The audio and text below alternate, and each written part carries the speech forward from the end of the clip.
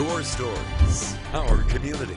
This is Local 5 News with Aaron Davison and meteorologist Chad Raeflisberger. Good evening and thank you for joining us. I'm Aaron Davison. Tom Zalaski has the night off. We begin tonight with breaking news. 2 young girls have been airlifted to local hospitals after a 2-vehicle crash in the town of Oneida this evening. The collision happened at the intersection of County Highway C and County Highway EE just after 7 tonight. Officials say a 39-year-old Green Bay man failed to stop at a stop sign, hitting a vehicle driven by a 58-year-old Dale man. 3 young girls who were with the Green Bay man were injured, with 2 of them going to the hospital. The extent of their injuries is unknown. The collision caused the vehicles to enter through the ditch and into the parking lot. The Wisconsin State Patrol is assisting us with reconstruction of the scene, so it'll be a few hours before we'll be able to open it up. The Green Bay man was arrested for operating a vehicle while intoxicated. Stick with Local 5 on air and online as updates become available. In other local news, a meeting will be held tomorrow at City Hall in Oshkosh to provide property owners with more information about a proposed transportation fee that would affect all residents. Local 5's Rhonda Fox previews this meeting. City Hall will host a public meeting to discuss a proposed transportation fee in Oshkosh. The transportation fee is a mechanism to replace special assessments related to paving projects. Right now, a portion of street reconstruction projects are specially assessed and charged to nearby property owners. But the city is looking to charge $4.50 per month to offset these special assessments. We buy car insurance, we buy health insurance, we buy insurance for lots of things, but there's nothing out there to try to protect us as property owners from the costs associated with special assessments for a street reconstruction project. Now, it's important to know assessments will not entirely go away with this proposed transportation fee. However, assessments will be greatly reduced.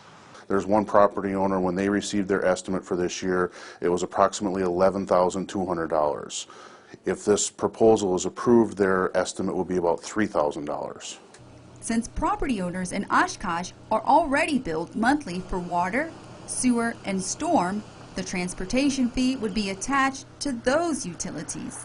It's not that it's related to any of those functions, it's just that's an existing mechanism that we have in place already that is billing property owners monthly. Reporting in Oshkosh, Rhonda Fox, Local 5 News.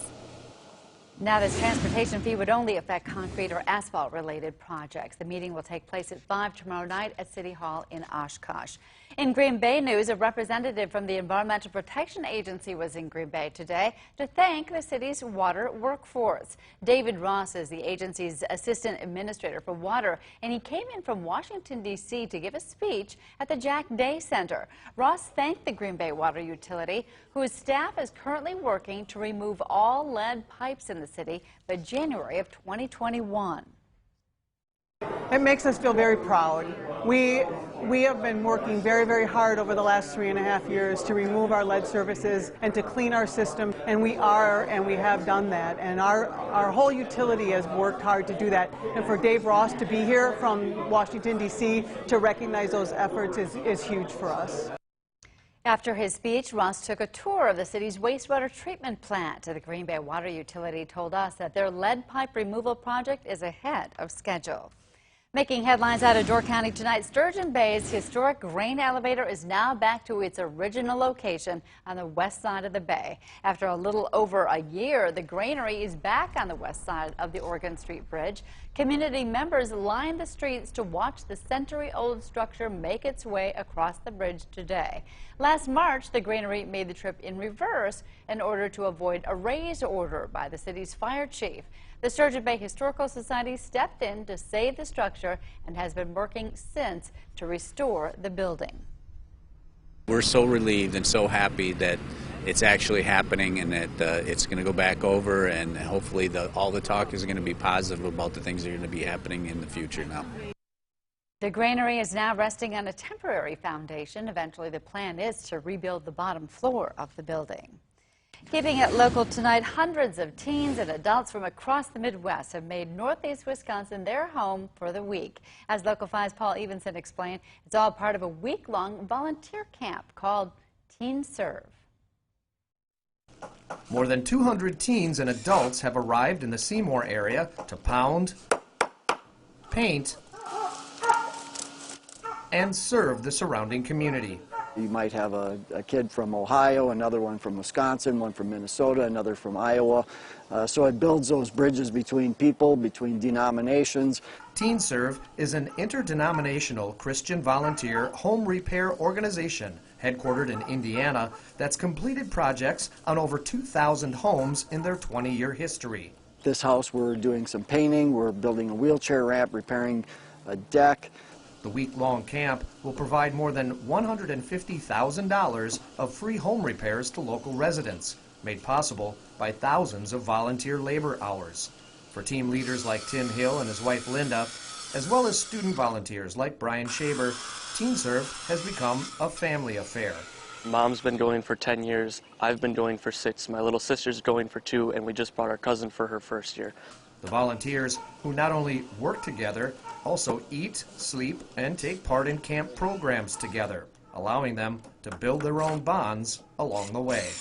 It really refreshes your spirit and faith in youth, because they're just top-notch kids. It's that fellowship, that bonding that we have, experiences that we've shared in the past that I enjoy a lot here. Reporting in the village of Nichols, Paul Evenson, Local 5 News. And all of the materials for the Teen Serve camp are donated by the community. This is the first time since 2011 that Teen Serve has been back to Wisconsin.